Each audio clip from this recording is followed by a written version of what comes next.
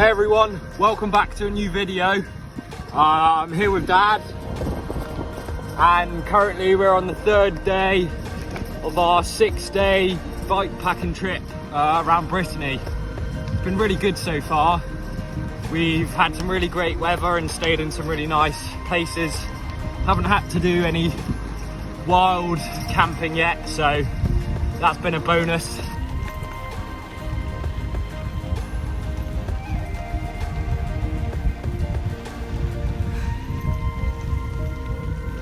So the idea of this week's video is not only to show you what me and my dad have been getting up to on this trip, but also thought it'd be good to share some tips and some do's and don'ts on what to do on a bike packing trip. Whether it's your first time going bike packing or if this is your 10th time going bike packing, it's some of the stuff we've both learned over the years of doing these trips and what's really helpful to know, and also what to not worry about when you go on one of these.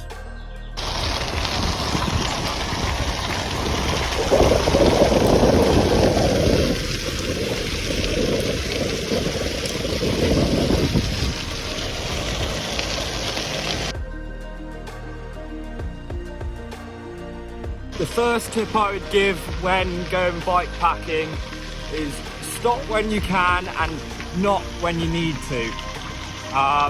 What I mean by this is if you're in need of food or water and you go past somewhere but you don't really need it yet, it's a lot better to stop then, get the food and ride with it, then carry on, and then 30 kilometers when you want food or water, you don't have it. A prime example of this is yesterday, where me and Dad stocked up for lunch just before heading onto a new trail. We got lots of water and what we wanted to eat for a good distance, thinking ahead. And then in reality, the next town we went through where we could stop for food and stuff was 80 kilometers later. So if we hadn't bought the food, we would have been knackered and burning out really quickly. Tip number 2 I would give when bike packing is buy some specialised equipment. If this is your first time bike packing, you'll probably be needing to have some bags to use or something to store your clothes in. And I definitely recommend using some of the bags that we used from Apogura, or any type of bike packing bag over your sort of classic pannier. You see it a lot in France, that lots of people haven't realised these types of specialised bags you can buy. It saves a lot of weight. They're really easy to use and really well made, whereas the panniers can really weigh down your bike and especially make it back heavy. So I think, yeah, if you don't have the money for that, panniers still work fine, but I think that it's very key to have specialised equipment. Tip number 3 is it's not a race. This is something I do a lot when training and riding normally, is I'm always trying to push a bit harder and trying to get as fast average speed as I can when I'm on my rides. But when you're bike packing, it's really important to go at your own pace and take in what's around you. Stop when you want. Stop when you need to. Look what's the scenery's around you. It's not always about getting to the end as fast as you can. It's about enjoying it and seeing what's around you and taking in the scenery. Tip number 4 I would give is do lots of planning.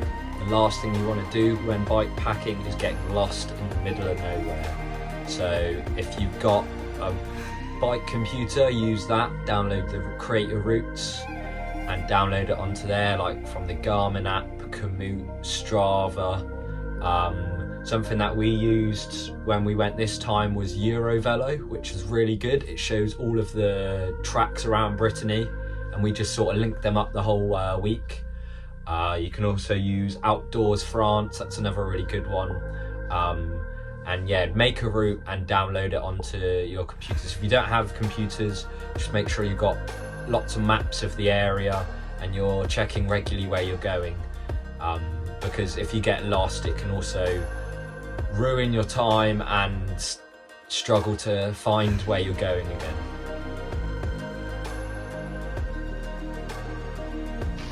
Tip number 5 is always pack a lot less than you think you're going to need.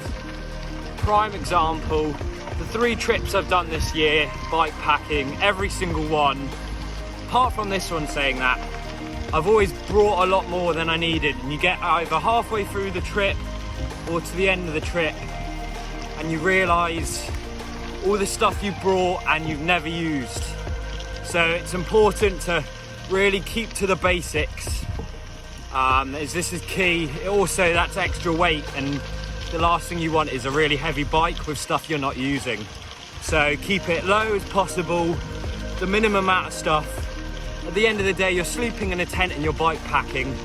You're not going to be going for any fancy meals. So there's no point bringing shirts and spare shoes, and it's just not needed. The minimum you have, the better, really, I think. Tip number 6, and my final one, which I would say is the most important actually, is enjoy it. The whole point of bike packing is to get away from normal life and do something different. Get out of your comfort zone, try something new. If you're not gonna enjoy it, there's no point going. And I guess you have to try and find out to do that. I think, yeah, really focus from everyday life and try and think on a basic, simple lifestyle when you're bike packing. That's what I do. And then it really, when you get back to normal life, you really appreciate the small things, like having a proper shower or a proper bed.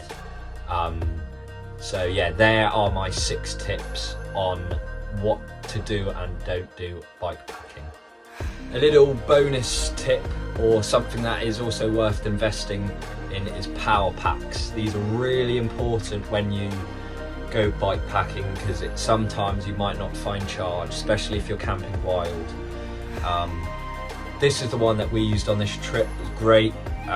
Just 2 ports, and pretty much we could charge our stuff whenever we didn't have charging ports, charge our phones and important things, so we didn't run out of the essentials, and this kept us going. I would say this is probably, if you're going to invest in one thing for bike packing other than your bags, this is most important, just because without it you'll be knackered. But also I tried not to go on my phone as much as possible when I was away, to get away from it, but you still need that sort of thing for an emergency, and it's not going to last a week without you using it.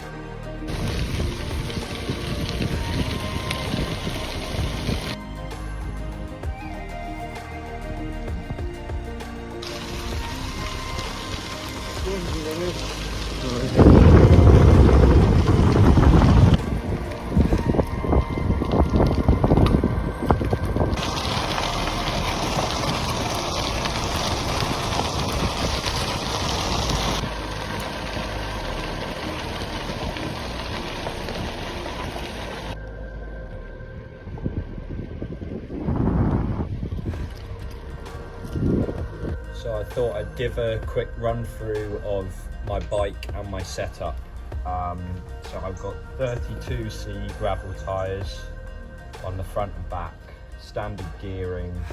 My front bag up here has all my tent stuff, so it's got my half of the tent, my mats, my air pillow, my towels, a few pots and pans, and some wet weather gear. This bag here has all my valuables, so it will normally have my phone, wallets, and things that are handy to get to quickly. This whole trip I've been using some Toe Peak bottle mount straps. They've been really good. We've been going over some bumpy roads and they barely moved at all. In my frame bag here I've got all my clothes, both cycling kit and stuff off the bike. So it sort of gives you an idea of how much clothes I've got, just to all fit in there. Got a spare rear light here just in case I ever need it if we're late anywhere. And then in my back bag I've got my shoes or my sliders, my mug on the side. I've got space here to store stuff like food and baguettes when we eat. And in the back here I've got my sleeping bag, more pots and pans, gas canisters, all my washing stuff, chargers, and just odds and ends like lights and that, everything else I need pretty much. I've also got my Garmin up here so I can see what I'm doing. Most of the time I've had it turned off, and I've got a bell on my bars so people can hear me, well, or hear us when we're coming up. Other than that, that is pretty much everything on my bike. It's done an awesome job and I've had no problems with it. I hope you all enjoyed this insight into this week's bike packing trip, and also some of the tips that I've shared to you, and I hope they come in handy too if you ever go bike packing. Thank you to everyone for watching this video. If you could like and subscribe, that would be really appreciated, and I will see you in the next one.